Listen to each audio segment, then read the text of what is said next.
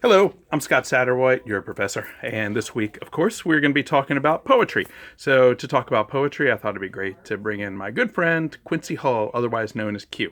Q's a mover and shaker in the poetry community in Pensacola, and I thought he'd be great to talk to so we can enter our discussion.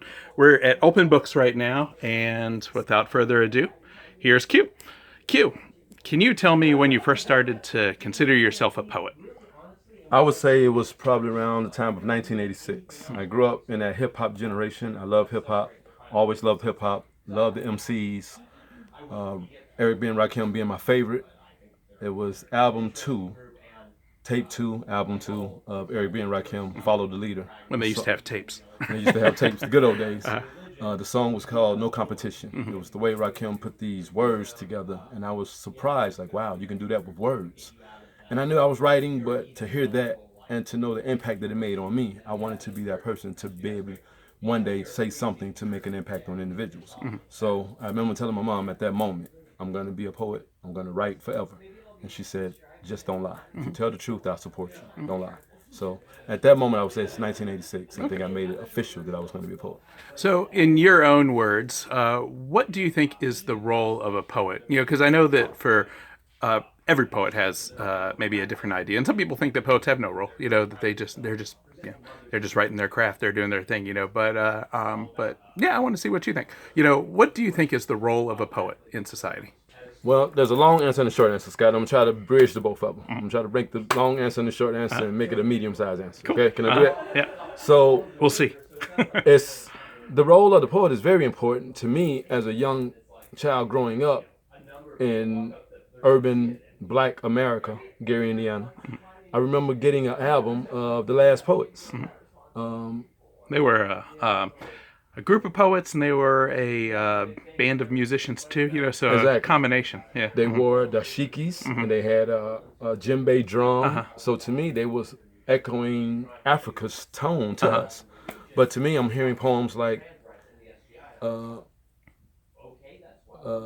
Revolution Will Not Be Televised." That's what Gil Gil Scott Scott Heron. Heron.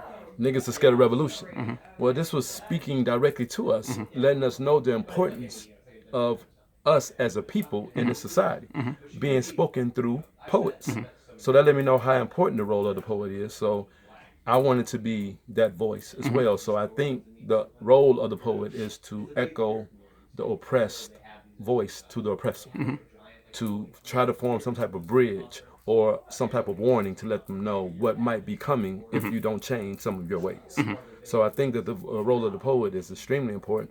We got our ears to the street to listen to what the masses are saying, and we're taking it and we put it into artistic thought, and we're echoing it out to the greater community, so everybody can make the change that needs to be made for the greater good of all of us. Well, So I that's think the role is very important. Well, that's a good segue to talk about Phyllis Wheatley. Because she's seen she has a complicated legacy when people look at her work. A lot of poets when they see her, know of her history and know that she's the first African American woman to have a book published in the New World and second woman to have a book published in the New World, and this puts her at the very beginning of black poetry in America and really the beginning of poetry in America.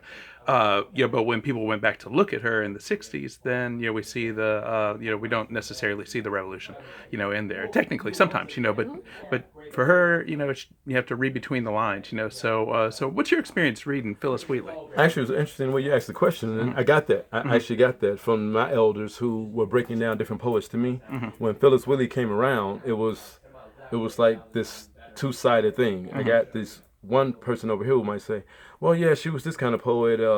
She was necessary, but not quite understood. And somebody else would say, oh, she was very, very important. You have to read. She causes you to think more, to go underline and kind of connect yourself with her and her reality and what she was going through at that time. Remember, she was a child when she first started writing. Yeah. So I had to take a little bit of both of those myself, because in the beginning I was a little confused. I'm like, what is she praising white Jesus, or what is she really doing? At no time did I think that it was not valid.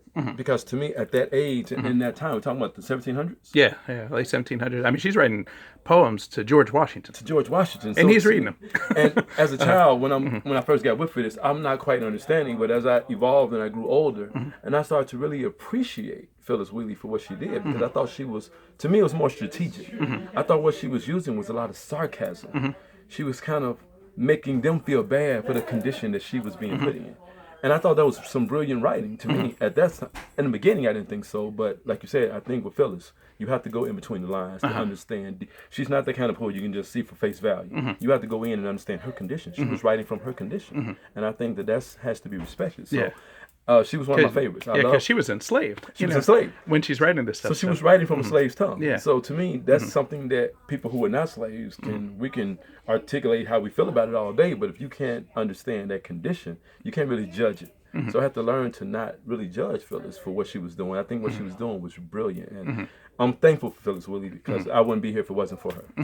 So I've studied Phyllis Wheatley's work still to this day, and I'm still trying to analyze and get deeper and deeper into her thought process and what she was thinking, so I can utilize some of those tools that she was using to be just as sarcastic with my today oppressor, to let him know I know what you're doing, but I'm gonna bring it across.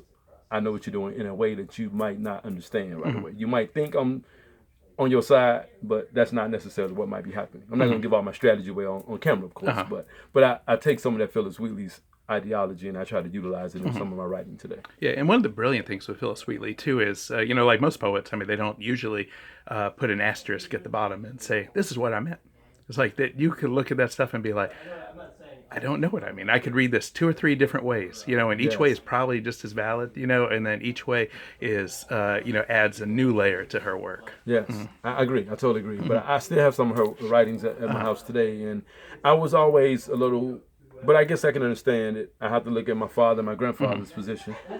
If that's all they had at the time was the level of religion that the master allowed them to have, then she's going to write from that perspective. If she was given another perspective, she was going to write from that one. So I couldn't judge her from that idea, because in my mind at the time, my young mind, that was the same religion that enslaved them.